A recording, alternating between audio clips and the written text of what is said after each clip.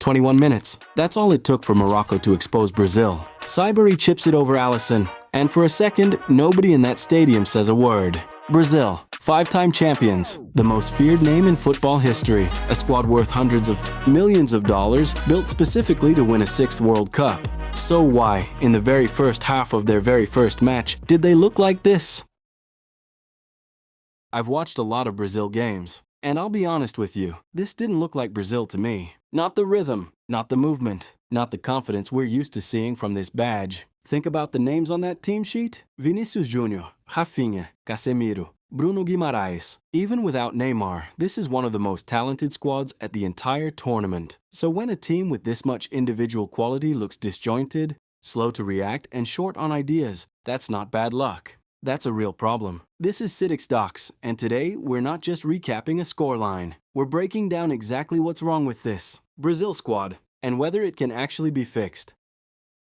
On paper, a 1-1 draw against a strong Morocco side doesn't sound like a disaster, but look closer. Morocco outshot Brazil, 14-12. That hasn't happened to Brazil in a World Cup match since 2006. 22 straight games with a shot advantage, gone, against a team many didn't expect Brazil to even struggle with. And look at how the goal actually happened. A loose pass from Roger Ibanez gets cut out. The ball breaks to Morocco. Within seconds, Brahim Diaz is splitting two of the best center backs in world football, and Sibéry is through on goal.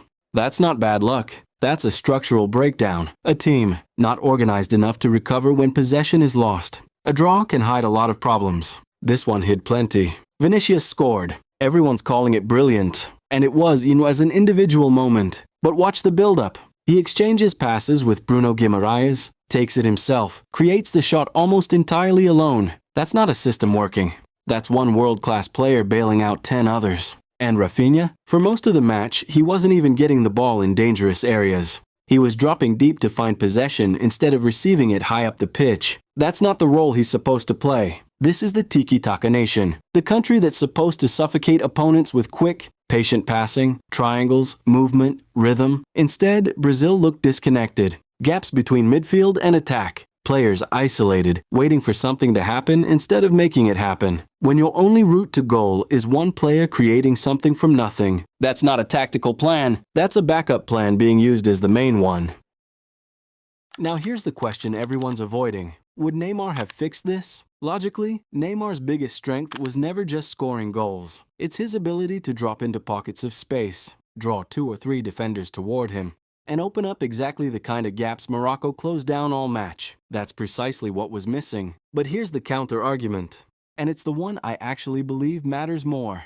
Brazil have 11 other elite players on that pitch. If an entire national team's structure collapses the moment one player is missing, that's not a squad depth problem. That's a deeper identity problem that goes beyond any single name. So is Neymar's injury the real excuse here? Or is it just the easy one? The one that lets everyone avoid asking harder questions about the system itself. Carlo Ancelotti is the first foreign coach to ever lead Brazil at a World Cup. That alone was controversial before a ball was even kicked. And what we saw against Morocco raises a real question. Is he trying to build a disciplined, European-style structure on top of a team that has always thrived on chaos, flair, and improvisation? Because right now, Brazil don't look disciplined. They look hesitant. Players holding the ball a half second too long, not making the run, not trusting that the pass will actually arrive. Even Ancelotti admitted it himself after the match. He said the team looked nervous, that the nerves were all over the place. That's not a tactical confession. That's a confidence confession. At halftime, he made changes, pulling off 2 players who'd already been booked. The team did look better after the break, but better isn't the same as fixed. And confidence doesn't get rebuilt in a 15-minute team talk. It gets rebuilt on the pitch, under pressure when it actually matters.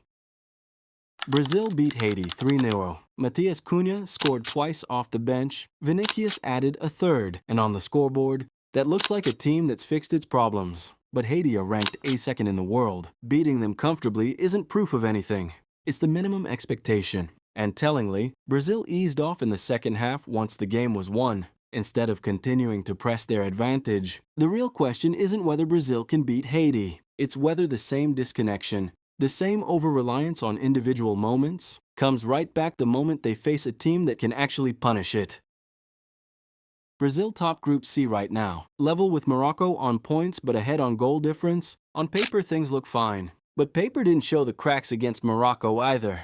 The real test comes next. Scotland in the final group game. That's when we'll know if this win meant something. Or if it was just Brazil padding their goal difference against a team that was never going to compete. Drop your take. Did this performance change your mind? Or are you still seeing the same issues? This is Sidix Docs. Subscribe. The group stage isn't over yet.